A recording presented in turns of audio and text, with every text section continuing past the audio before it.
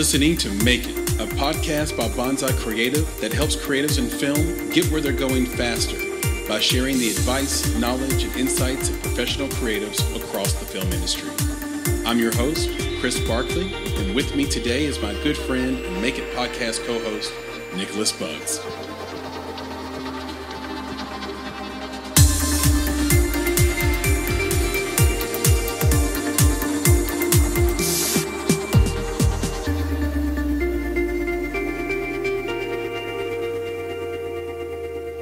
Hello, Chris here with another episode of the Make It podcast. And this is an Indie Talk week. And that means I have my good friend and co-founder with me, Nicholas Buggs. Nick, say hello. Hello. Hello. There it is. Exactly. What are you drinking tonight? Oh, man, I'm on some Patron tonight. For all our podcast people, I'm going to show you the glass. You know? That's a lot. There it is. That's a lot. It is. You're going to be slurring by the end of this. Well, that's the point. But there is a little bit of ginger ale in there. Where, you know, I put like two ice cubes, a little bit of ginger ale, and I got that coconut in there. Actually, and it's good. It's not the Patron. It's the what is it? What's the other main tequila that we always get? Come on, Casa Azul. There you go. Casa Azul. Nope, it's Cuervo.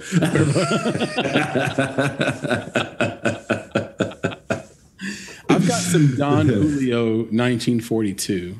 Yeah, I got that. That's the tall glass. Yeah, the tall bottle. Yeah. What does it mean? What does it mean, Nick, if every gift you get from someone is liquor? What does that say about me? By the way, I'm drinking Weller Special Reserve, the entry-level Weller. I do have some full-bodied Weller in there, but I decided to stay on my feet. Right. Yeah. You don't want to get bodied by the Weller. I want to get full-bodied. You're right, exactly. So anyway, yeah, I wonder what that means. Like, what? No one ever brings me like chocolate or a cinnamon babka or I'll tell you, or a gift card. I'll tell you why. I get fine bottles of liquor. I'll tell you why. Mm-hmm. It's because those same people hope to be invited over to an event at which they can also enjoy the thing that they bought you. Well, they'll have to keep waiting. I was like, no, it's not going to happen. We're not going to allow that. No, it's not true. I have more parties than anybody I know. Yes. I had 40 or 50 people here yesterday. They did not, when you start like closing the blinds and you start like cleaning in front of them. Right. No. And like we have this whole strategy. We'll start to pull out the vacuum and like load the dishwasher. It's like a subtle hint. Hey, subtle. Does it work? Does it work? Might be time to hit the dusty trails. Does it work? Gather your things. Does it work? It does for some, and for others, it does not. I was going to say it's too subtle, bro. If it doesn't work, it's too subtle. Like you need to be a little bit more upfront. Just like you need a gong. Just walk. That would be great. It would be. Bong. Yeah, that's fantastic. Right. What's your policy on leaving with the thing you brought? So if you come to a party and let's say you bring a bottle of wine and no one opens it, are you the guy that grabs the wine and leaves with it, or is that I'm the guy that grabs the wine and leaves with it and takes 3 other bottles with me? No, I'm just joking. No, man, you got to leave it because you bought it for that. Like you bought it for the event. It's like it's like a thank you almost. Like if it doesn't get opened, it's okay because I bought it for you. Like if it gets shared, it gets shared, but I bought it for you. It's not mine. No, I don't take that. That's not a thing that I do. I've heard that it's conditional based on your level of intimacy with the host.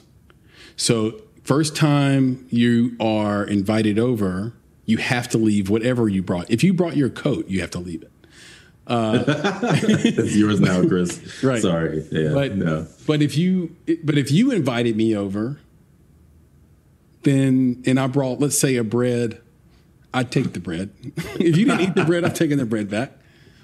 Or maybe I brought like a very expensive bottle of bourbon, and it didn't get cracked open, or it did, but it didn't get finished. I might take that with me if it's you. Yeah, I think here's the thing. I mean, I know we want to get off this topic and get into the goodness that we've got prepared for our friends and family out there. Yeah, I know, but this is a tasty slice of cake. Yeah. There's also a trick that you could use that I've seen used. I'm not going to say that I've used it, but let's say you bring this thing over with you. I won't say you've used it. But exactly. Yeah. Just make sure that you bring this thing over in a bag. Okay. Yeah. Because the bag that you bring over belongs to you. You will not intend to give the host the bag. Yeah. So if you leave it in the bag, right, there's no opportunity for it to be open. So say a bottle of wine, and you walk in and you realize that there's plenty of bottles of wine, about, and yours is just one that would be in the mix.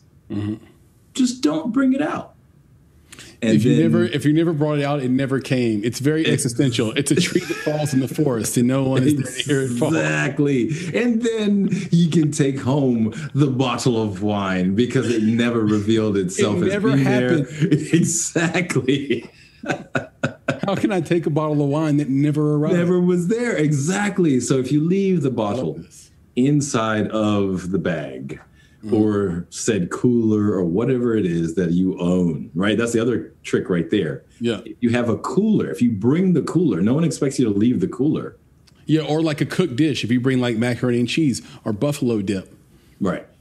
If you make it in your own dish, you have to take your dish home. Exactly. So if you bring a cooler, no one expects you to empty the contents of said cooler at the host's house. So if you have the desire to take it what it is that you brought, then make sure you have a cooler in which it sits, or a dish or a bag that belongs to you, such that you can take it with you when you leave. Yes. And as I like to entertain, I like to host people, I've noticed people do it, and I just thought I'd ask. I'm fascinated by the minutia of social interaction. I don't think on first visit to someone's house you can go number two. That's a thing. We're not going to go down that line. I'm just saying. If you have to, though, you can't well up inside. I would rather you shit your pants than. You see, that's horrible. That's horrible. That's just an unfortunate situation you're putting someone else in. That's not right. Not right at all. If you're the kind of guy that needs to go on the first visit to someone's house, I recommend diapers. So. At least at your house, right? At my house. No, it's fine. I'm not going to judge you a lot. If you have to go on the don't call them out. All right, it's whatever. Yeah. All right. It's been a long listen. We're catching up because it's been such a long time since we've got to do an indie talk. True. It feels we skipped a week. Had to do it. It's intentional. We got some extra interviews out that I think had been sort of in the bottleneck that I thought were timely, and we needed to get them out because the content was fresh. But we're back together, and of course, the time we take off, everything happens in the movie industry. It's right. You got it. Like strategically, of course, right on the dime, like all this stuff happens. So AT&T divests Warner and HBO Max, and that was huge to me because we spent all the pandemic year talking about how they're going to do it and are they going to succeed in this new model where they're going to do day and date with their films. And now it's like, well, that's up in the air. They might have planned on having XYZ film release, on HBO Max and in the theaters. And Discovery, who will take over Warner, they might decide, no, we're not doing that anymore. And that could be the thing that's driving AMC's stock up outside of the Reddit groups, the Wall Street Bets folks, who are hungry for a round two. But it could be genuine excitement for going back to the movies. My experience going out, and you can tell me how it's been for you, Nick, but for me, going out of the house, going places, people are excited to be out of the house. They're not going back in anytime soon. They're happy to have their masks off. They're congregating. They're hanging out. They're spending money. All that stimulus money going right back, cashing it out. So to me, I think there is a lot of excitement because it's all good to sit in the house and say, you know what, I'm an introvert anyway, so I'm good. Or this is actually better. Or I liked the Zoom. It's all working out. And then you get out into the world and you realize how much you really missed interactions with other human beings. Yeah. And how much you missed traveling and how much you missed the little simple things in life, like going to see a movie in an IMAX theater and just getting your face blown off by the sound and all that stuff. So, or the sound of everyone else enjoying the same experience with you, right? Because we talked about this before. It's like these films in theaters, it's not a film. It's an experience. Yeah. It's the whole point of going. So yeah, I'm with you. I think people are dying to get out there and, just kind of piggybacking off what you said. We went out the other night and, we were just, my son wanted to get out the house. He just said let's just get out. And we're like, where are we going to go, bro? Like, what do you mean out? What does out mean anymore? Let's just get out. We're like, okay, let's go out. Let's see if we could find you a new Lego to buy. And then we were out and he was like, let's go, to eat dinner somewhere. Yeah.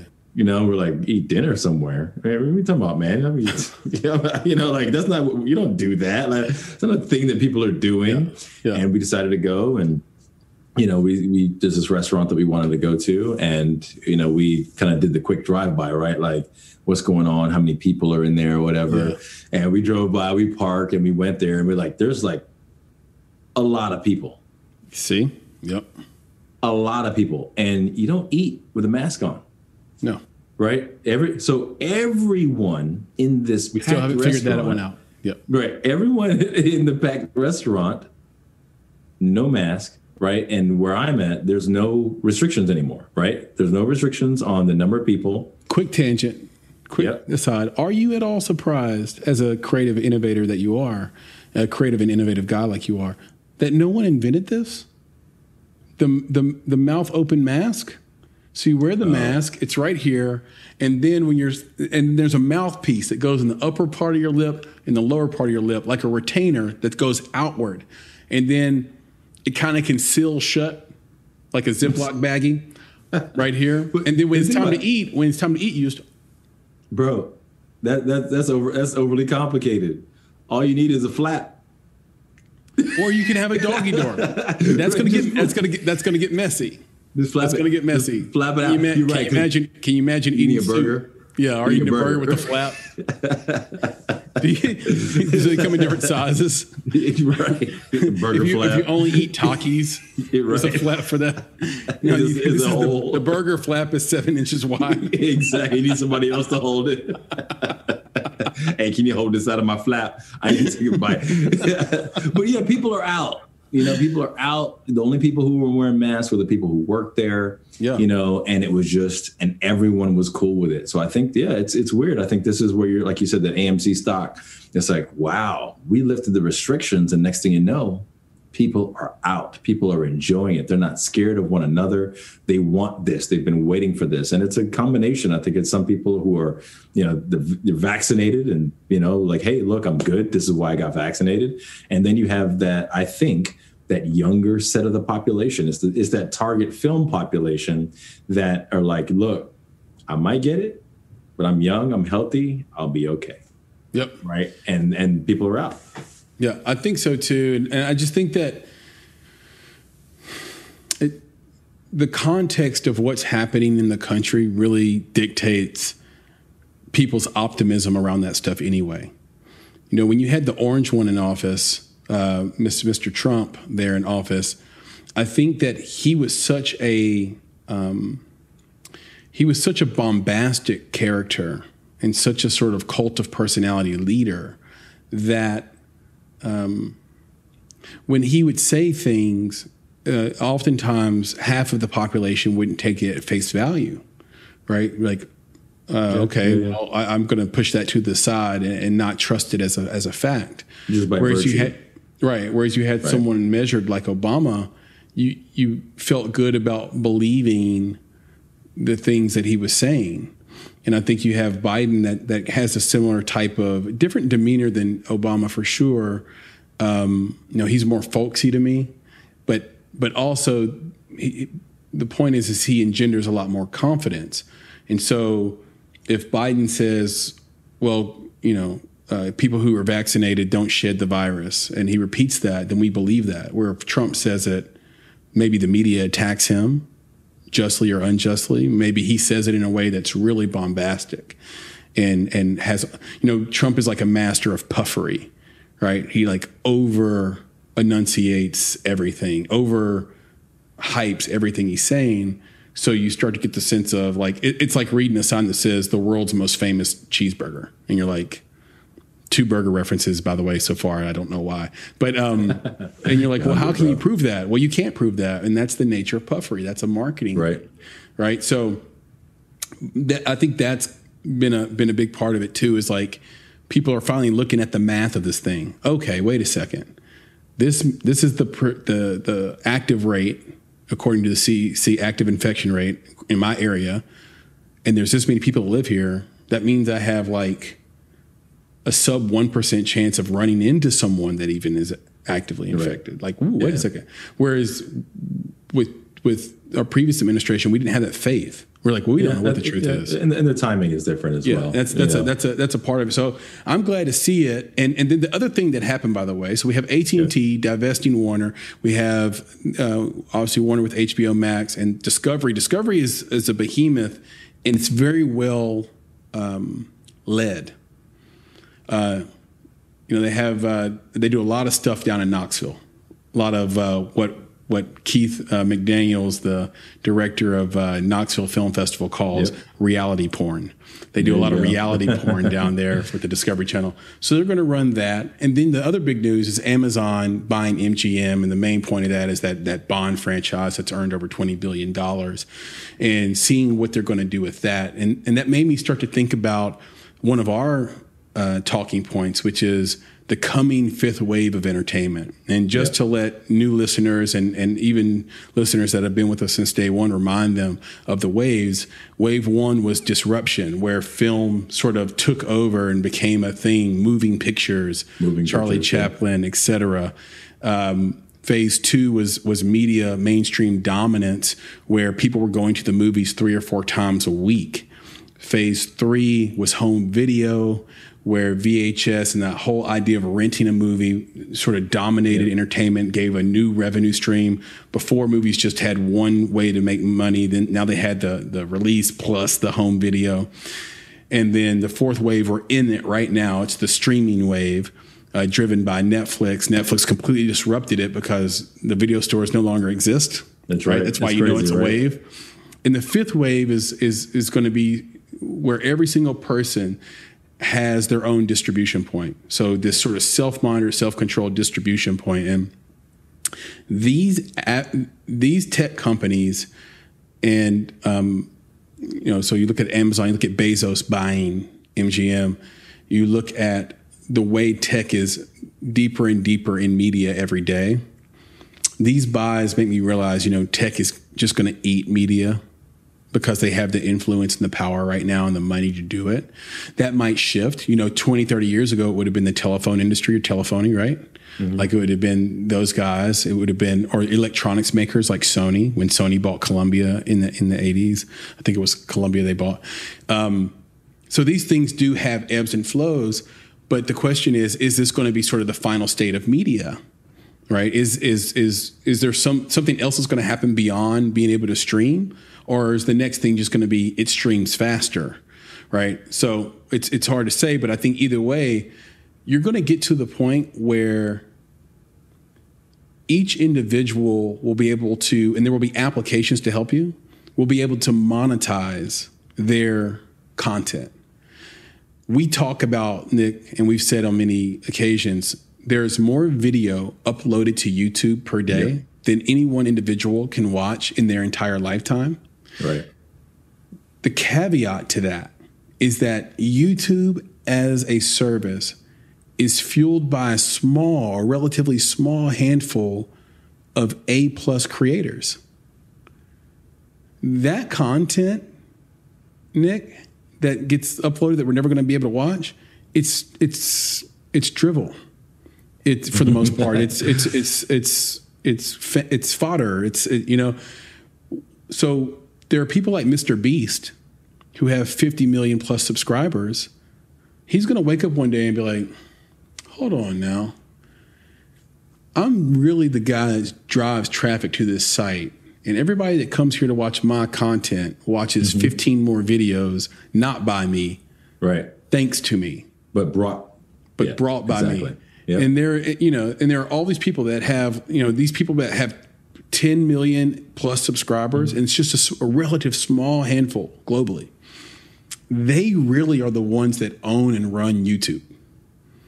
And if they decided to go and say, get with a few other developers and make their own channel, you can already get your own tile on Apple TV. Just run with Roku. Yeah. Yeah, just go, but then they have some other daddy, right? Like they don't want another daddy. Yeah, I hear you, but if you want, because right now you can monetize and go to Patreon if you want, but that's just another daddy. Yep. So eventually they're going to be able to. The technology will be there to allow them to build their own infrastructure. Mm-hmm. It'll be like Substack is right now, or maybe it'll feel like Medium. I don't know. Like I don't know what the fifth wave is really going to look like, Nick, but I know it's coming. Because there are a million kids right now all learning top level photography and videography as we speak from their phone. Right. And they'll have something to say and they'll just monetize it themselves. Yeah. And I think that's true. And, what's interesting also about the fifth wave, because this is something that we are kind of envisioning for the future. And I think it is, that future. That's why we've mentioned it, so many times. But there's also other parts of that wave that, might be introduced. And maybe what we're talking about is a sixth wave. Who knows, right? Yeah. Because like one of the things that, we've seen huge lately is this whole idea of the NFT. Yeah. Right. I mean, it's this thing. It's like, and even NFT, not to jump in. Yeah. But even NFT, if you think about it right now, it is driven by two people, Beeple. Maybe three people, Beeple, Kevin Rose, and Gary Vaynerchuk. Yeah. But those three people are driving the sales market, I should say, not the actual technology. I don't want people to get me wrong. That it's going to be around. It's because Ethereum 2.0 is going to just disrupt the world. But anyway, those three people, and if those three people say, you know what, I think NFTs are bullshit, and they walk away, the whole thing will dry up. Yeah, it could. Right. Or for the short term. Right. And it could. But that's the thing, is that it's showing you how content of all sorts of different types can now be monetized. Yes. Right. And that it's new. Right. It's a wave. It might be a ripple. Right. Who knows? Because the wave is the thing that comes and stays and kind of, it takes you away from what was. Right. But it might be a ripple. It could be a wave. Who knows? But it's like this idea that this content can be created of a different type. It sells differently. It sells for a lot of money, depending on what it is. But it's like that content can be monetized. Like you've got this, again, you're a filmmaker. You've got behind the scenes, your BTS footage. Next thing you know, that gets turned into an animated GIF, right? And that animated GIF becomes an NFT. And the NFT sells for more than your film cost. Or at least you can get royalties on it where it's consistent money the way a film check comes in quarterly. So, and I don't know why this came to mind, but you talked about how much they sell for. Yes, they can sell for a crazy amount of money, but I think there's a part of the population that's turned off from NFT because they look at the artwork, don't find value in it, or don't find the value in it commensurate to the price it was sold for. Well, there you go. That's the game. Right. Yeah. But it's too bad, because if you actually go to OpenSeas and look at the art, incredible artwork, and you can get it for less than you can get regular artwork for. I was on OpenSeas, I think a week ago, looking at art. Saw some things I would love to put on my wall and still might do. Because the thing I'm trying to figure out is the digital framing, right? The art I got, right? But the frame itself might cost $3,000 or $4,000 or $5,000 if you really want it to look like a painting. But the art itself is $1,000, $550. Right. Some of it's $300, some of it's $800, like regular art prices. Lower than regular art prices in many, many cases.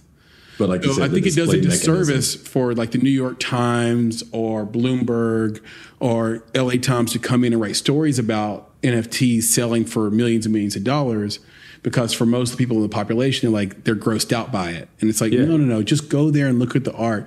These are wonderful creators creating wonderful things at highly affordable prices compared to the world of regular art, But when you talk about social media and the attention, the sort of diversification of attention that's happening in media right now, which is what, every streamer, every movie creator, every studio has to contend with and think about.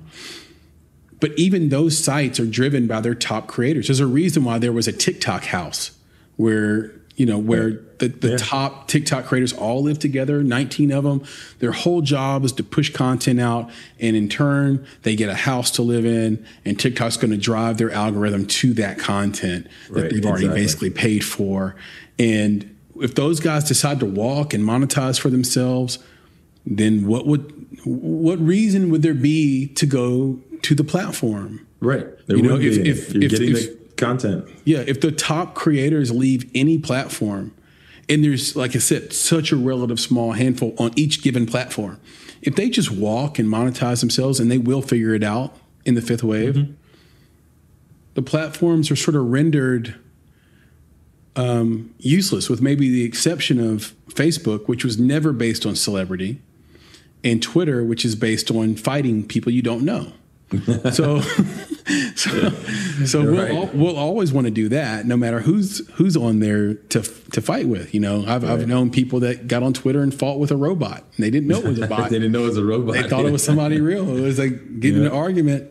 Then all of a sudden, it's like, wait a second, I was typing this guy, and he called me the N-word, and I'm white. Right. Like, what? That must be a robot. The robot learned to insult me. The wrong insult. Yeah, the wrong insult. Yeah. So, I think that's a fascinating thing that's coming around the corner. And then, so what's the opposition going to do? Right? Fifth wave's coming. It's sort of the natural conclusion of things. How will the AMC, which we talked about a minute ago, fight back? How will Netflix maintain its dominance? It has about 50% market share right now in the streaming world.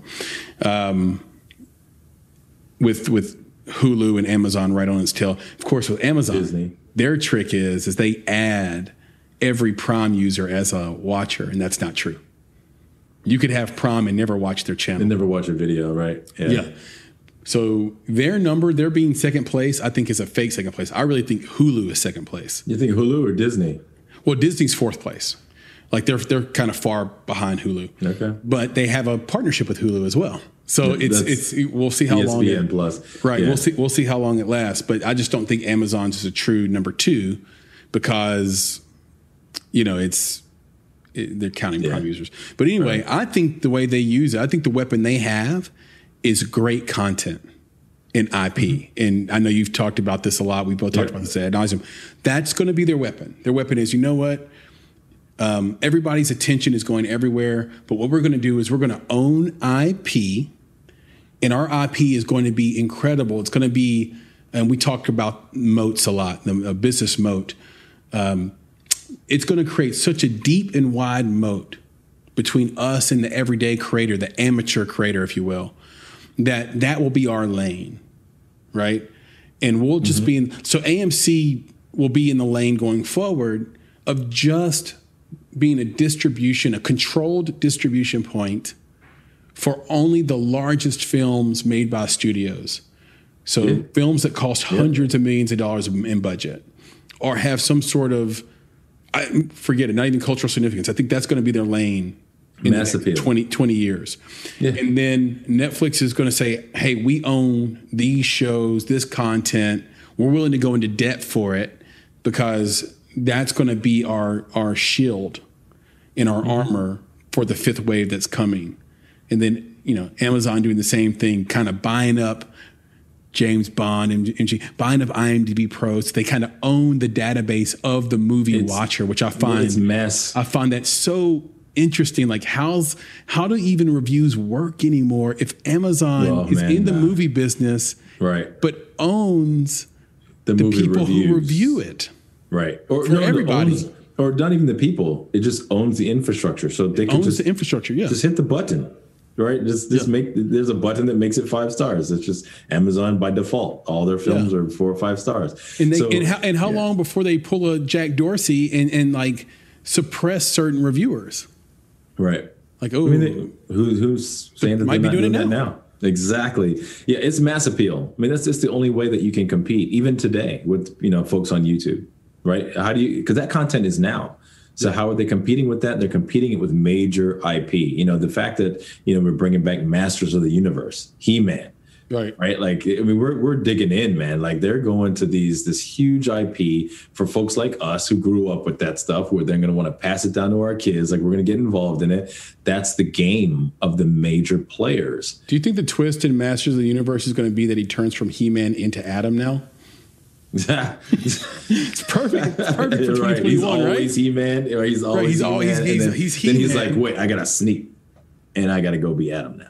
Right. No, not sneak. He's got to go out like he's got to be woke. Like he has to go he has to go to a dinner party. So he says. He says his little phrase, and then he turns into Adam. I don't have the power. I don't. No, he still has the power, but now the power is Adam. You got it. Adam is the power in today's society. He-Man is like, that's 40 years ago. Yeah, that's a whole other thing, because I can imagine, based on what you're saying, is that the He-Man character is animated. Yeah. But Adam is not. Oh, yeah. Right? That would be crazy. And he's like stepping into the real world where people are like, He-Man? Like, what is that? We mean He-Man. Like, that's so not 2021, right? Yeah. Like, that's not cool, man. The machismo, we see you with your chest out, bro. Like, put some clothes on. That's not cool. There's a superhero named Black Adam, right? Yes, there is. Yeah. That always confused me, too, because in the South, you go to a black church and Jesus is black. But Adam would be white. You're like, no. Yeah, I'm mad at you. It makes it all up. Black Adam's always been right. That's an oxymoron. Black Adam. Black Jesus made Black Adam. Exactly. Yeah, I hear you. You're being ridiculous right now, just so you know. Who was the first big female rapper of the 21st century? Oh, I don't know. Eve. Look at you. He said Black Adam. And Eve. I'm just saying. Right. Anyway, but yes, I digress. Yeah.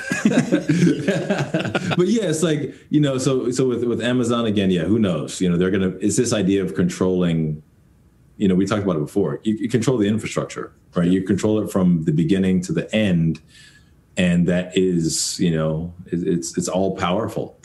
And who knows how that's, but again, it's all powerful around that major IP, that major content, the mass appeal, where I think, like you said, if we move into the fifth wave, it's all about individuals having a platform, right? So you can still get out there to that platform, but you'll always be sucked back in to the mass appeal, right? Because no individual is going to do Avengers the way that, Disney's going to do Avengers. It's just not going to happen. They're not going to have the capital behind them to do it. So you'll always come back to that.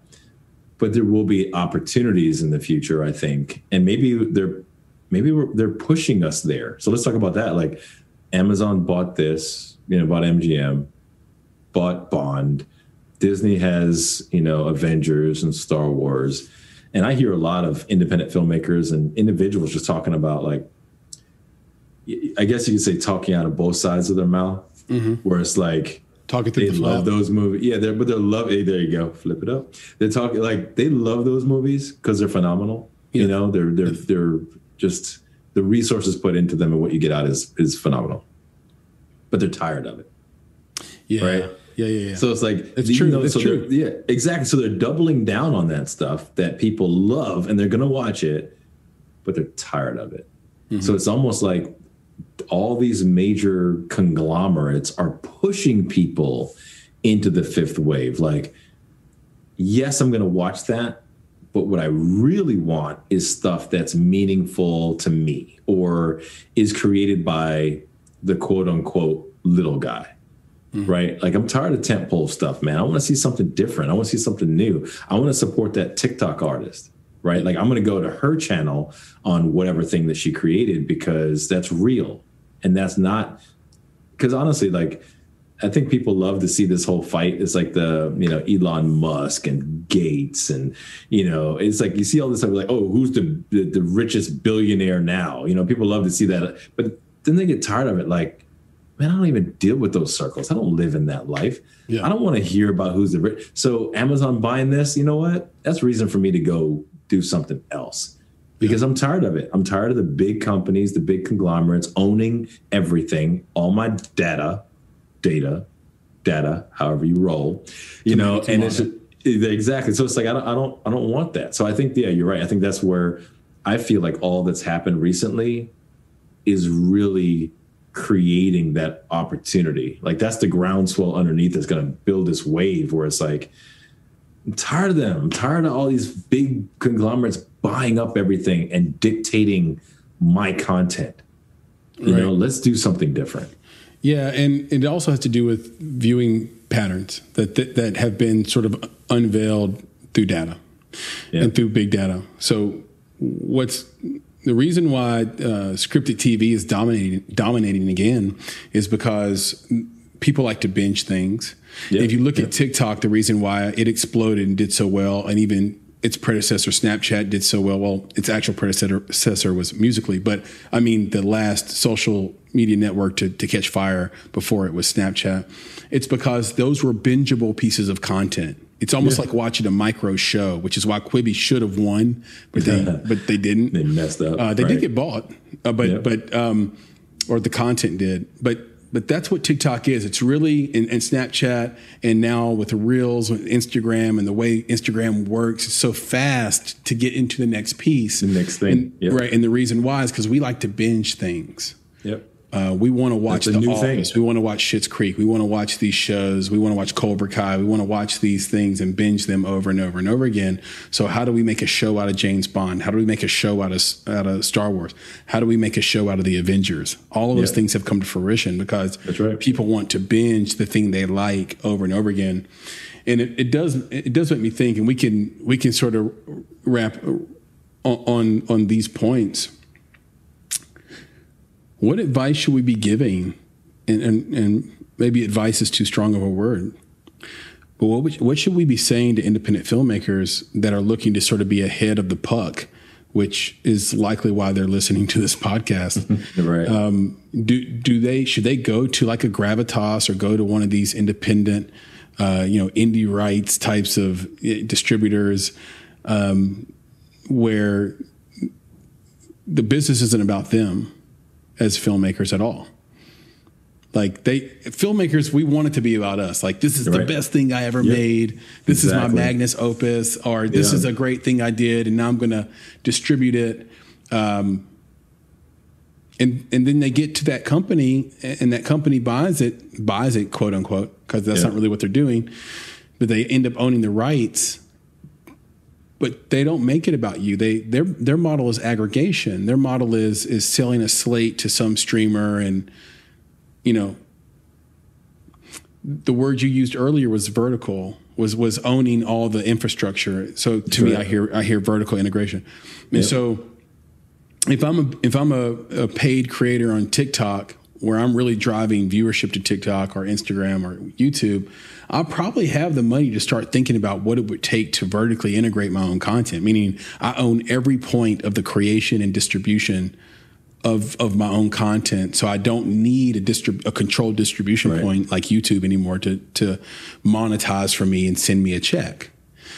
Or is the distribution model for still viable? Should indie is the movie format going to change? Should indie creators start making a new thing that we don't have a name for yet, but will later be considered a movie? Yeah. Or like you said, like, what's hot now, right? Yeah. And where can indie filmmakers really get in? I mean, I think it's a big question. I think, is it streaming series, right? So is that where filmmakers should go? Because like you said, that's a big thing right now. Right. And the market's insatiable. It's insatiable. They can't get into the content. That's good. It has to be good. Right. It is a bingeable content, right? Yeah. It keeps people coming back for more. So that's one angle that I think indie filmmakers should really, I think we mentioned this before as well. Like, you should really consider it. Like, should your next thing be a feature film? Right. Yeah. Is that where you should be? Or is your next thing the thing that people really want, which is a limited series per se, right?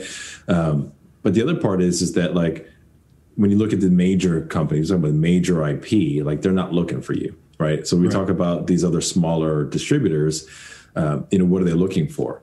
They're not looking for you either. I mean, it's sad. Like, we don't, we hate to say it, right? It's like our job is to speak truth. So the truth of the matter is that it's your content that they want. Yeah. So what is it about your content? One, it could be that you made it, that it exists. Because if I put your film in a slate with 5,000 other films and each of them makes $1 a day, right? You as the filmmaker making $1 a day over a year, that's $365 if you make that. Right. And that's not going to pay back your film. But at 5,000 films with a distributor making $1 a day, they're making $5,000 a day, right? That's significant to that distributor. It isn't about you. It's about you being one addition to that 5,000. Now you're 5,001, 5,002. It could be that you were so fortunate as to get, I won't even call it a named star.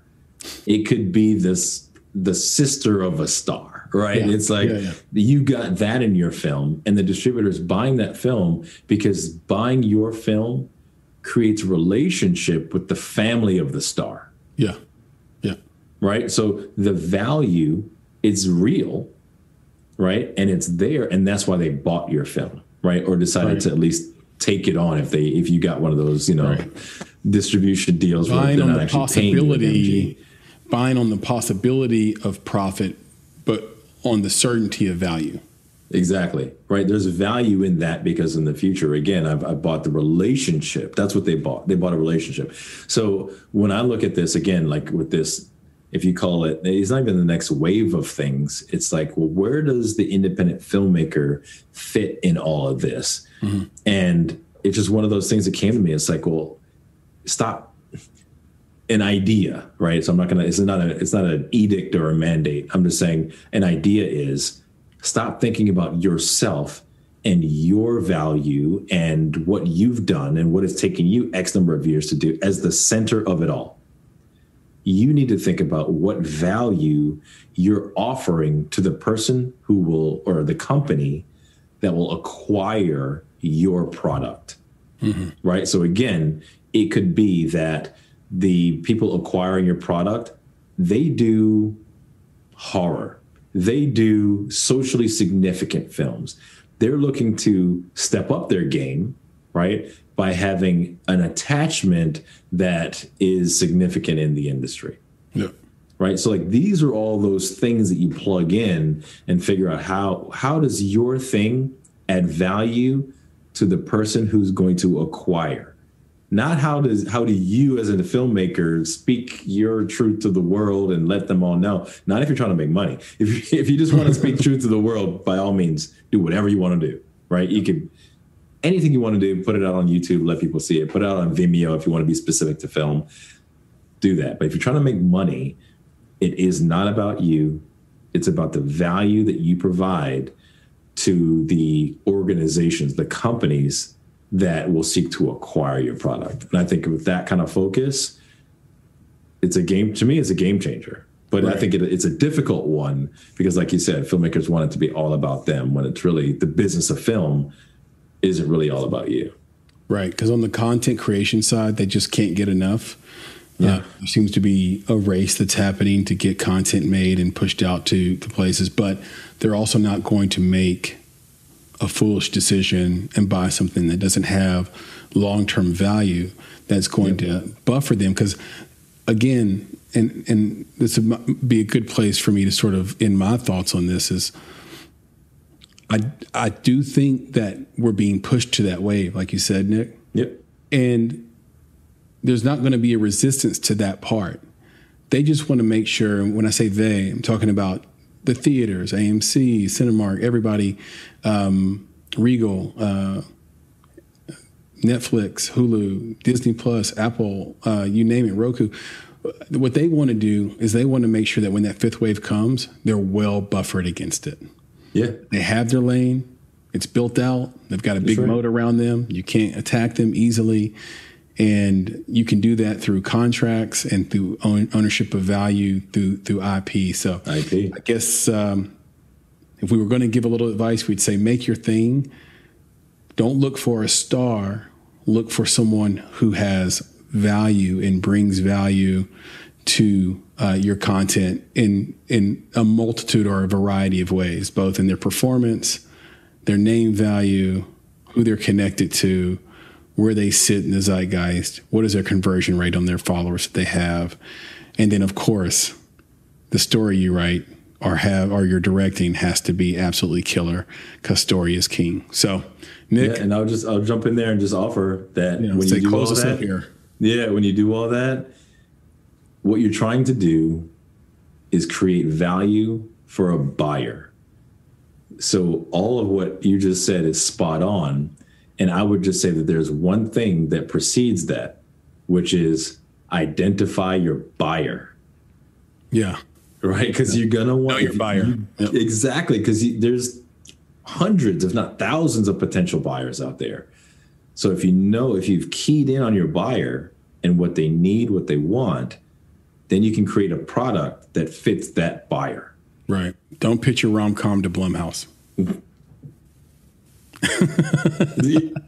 like that's it, right? That's what you're talking about. If you're making content and you don't have a buyer in mind, that's where your problem is. Filmmakers try to make content for an audience that they don't have access to.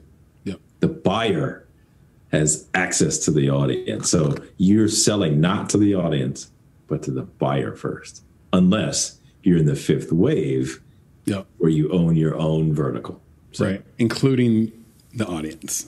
There you go. Nick, this has been a blast. Yeah, man. As always, dude. This is wonderful. Love doing it. Can I see your glass? How much? Man. What kind of dent have you put in that? How much have I imbibed? Right. I think I'm about halfway. Not too much. Through. You're a little bit below the Bonsai Creative. I guess my cube has melted a little bit. I've actually probably drank more than this looks like. I don't have an ice cube anymore, where I had one of those big squares in there. So we made it to the end. I'm not slurring my words. At least you never know when you are. Somebody always tell you, you were slurring last night. What? Yeah, right. What? But I can tell you, you sound great. Awesome. I hope I'm sounding great. We made it to the end. Thank you. And for those listening, thank you for hanging in with us again. We're so glad and happy to do this. And we hope it brings you a lot of value. You can get even more value by reaching out to us at contact@bonsai.film. Send your comments and questions to us there. You can engage with us on social media at _Bonsai Creative, both on Instagram and on Twitter. You can get in touch with me directly on Twitter at Flame in Your Heart. That's That's FLAME. Learn your words, bro. URHEART. That's Flame in Your Heart. I'll get to you on Twitter. You can reach out to Nick and engage with him at nick@bonsai.film. Just email him. He'll hit you up. Yeah. He'll write you back. For sure. So questions, comments there. And then, of course, if you want to get a whole ton of value, insights, education, so much more, our website, www.bonsai.film. Again, that's www.bonsai.film. You can also be one of our true fans there. That starts at just $5 a month. Man, that's nothing for for this content. I think that's a close win right there to me. I mean, what is that, a blonde roast at Starbucks? Coffee, man. Yeah, exactly. Less than a cup of coffee, bro. Yeah. So go there, be a true fan, support this if you love it. $5 a month is where it starts, and just click on the tab True Fans on our website, www.bonsai.film. Nick, with that, can you leave us with the credo? Oh, of course. Be better, be creative, and be engaged. And thank you for listening. Talk to you next time. Sir. Nick? Yeah, man. Peace. Later, dude. Later. You've been listening to the Make It Podcast. To find out more information about this week's topics, including links to relevant blog posts, projects, and indie creatives, please visit our website at www.bonsai.film. If you haven't already, you can join our podcast community on Apple Podcasts or the podcast app of your choice by searching for Make It Bonsai Creative, and the show will pop right up. You now have the opportunity to support the production of this podcast. If you love Make It and are a true fan of what we're trying to accomplish in the indie film community, please visit www.bonsai.film and click Contribute. Contributions start at only $5 monthly. You can follow us on Instagram and Twitter at _Bonsai Creative, and on Facebook by searching for Bonsai Creative. You can provide feedback to us via email at contact@bonsai.film, and you can follow me, Chris, on Twitter at FlamingYourHeart. That's FlamingYurHeart. And of course, if you're looking to take a big step towards your filmmaking success, go to www.bonsai.film and click on Services to explore a variety of offerings, from keynotes and panels to pitch readiness assessments and so much more. You have everything to gain. Until next time, be better, be creative, be engaged, and thank you for listening.